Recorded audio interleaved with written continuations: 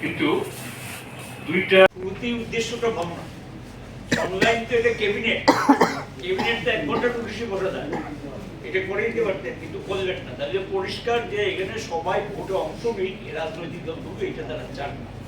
এটা আমাদের সেক্রেটারি ব্যাখ্যা করে আপনাদেরকে বললেন। এখন কালকে যে জুর সিরিয়াস মৃত্যু সহ লড়াই করছে, একটা আসামি অ্যারেস্ট হয়েছে আমার জানার, এগুলো তো সব পুলিশের সামনে এবং পুলিশের জ্ঞাতসারি হয়েছে।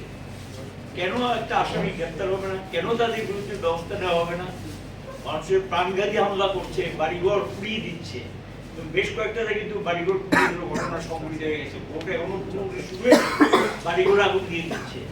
এবং শুনছি যে সালেমাকে কিভাবে কাউকে কমিউনিকেশন দাবি করেছে রাত্র থেকেই উগ্র ডেট হলো 22 শুরু হয়েছে এখন থেকে।